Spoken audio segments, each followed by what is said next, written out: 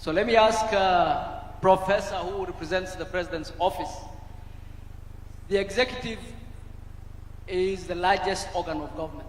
The executive is the implementer and usually is the culprit when it comes to rights.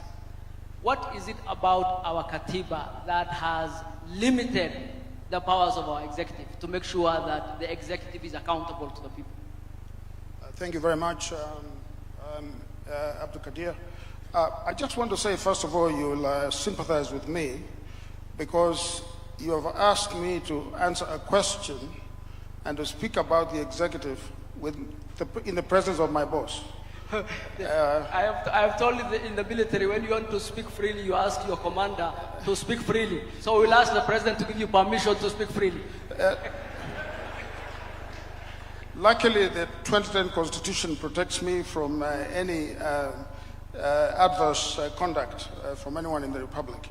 I just want to say that of the three arms of government, the one that has the awesome responsibility for the security, the protection, and the prosperity of the Republic of Kenya is the executive. This is a job like no other.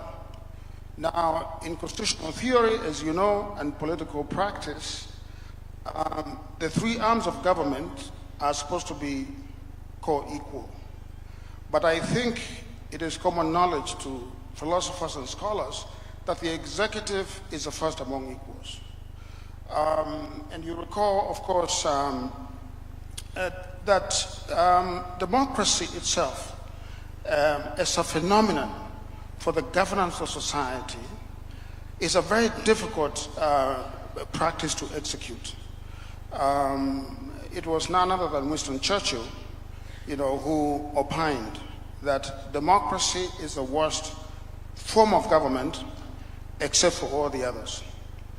Meaning that of all the systems of government, democracy is not perfect, but it is better than all the others. But Churchill also says something else. He said that the best argument against democracy is a 5-minute conversation with the average voter. What I'm trying to say is that the performance of democracy is very difficult. If something goes wrong in the country, citizens will not blame the legislature. They will not blame the judiciary. They will look for the president. The president and the executive have a thankless job. If there's a terror attack, he is blamed. If there's a flood, he is blamed.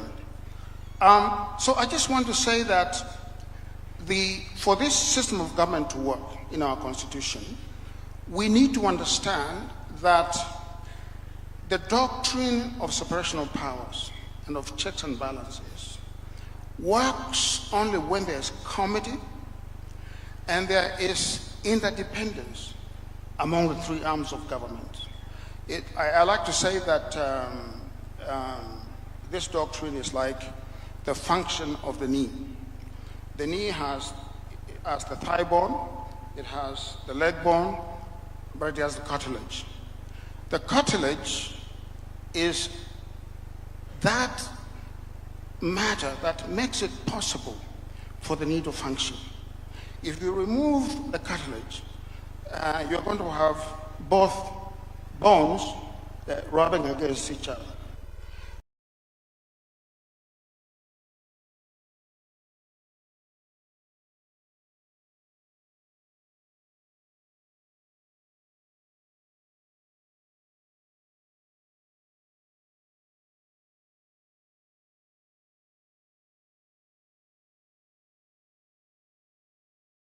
So what I'm trying to say is that the judiciary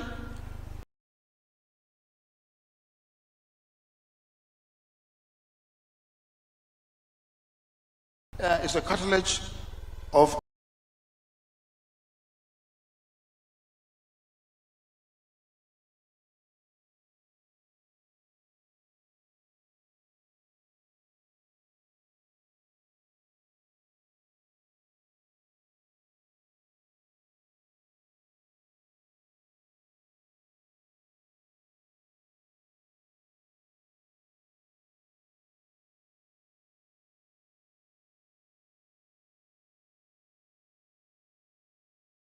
interdependent. And I think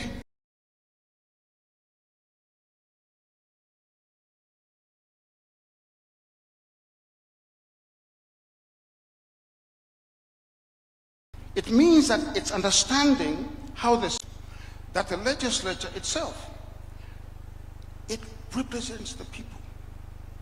So in a sense, the legislature must be almost as clean as Caesar's wife.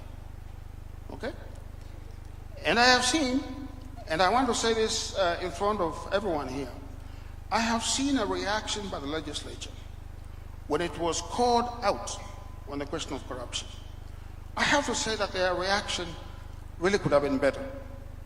Instead of looking inward, which is what our Constitution demands, they became defensive and looked outward. Yeah? The judiciary, similarly.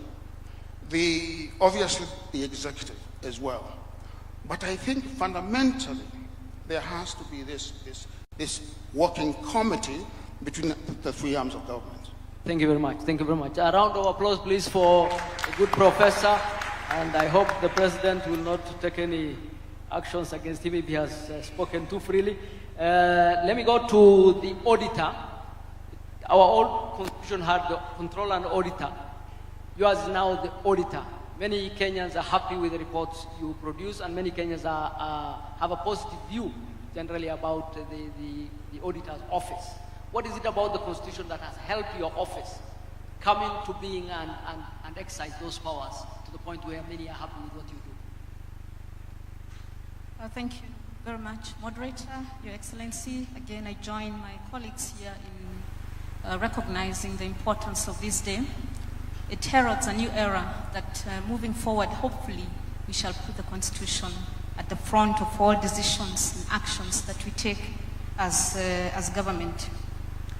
To answer the question concerning the Auditor General, we'd have first to demystify and remove the misconception concerning constitutional commissions and independent offices.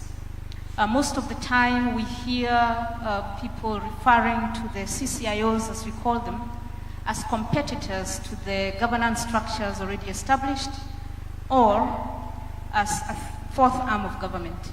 That is far from the truth. Constitutional commissions and independent offices are not a fourth arm of government. They are intermediaries between the people and the three arms of government as established. And why do I say this?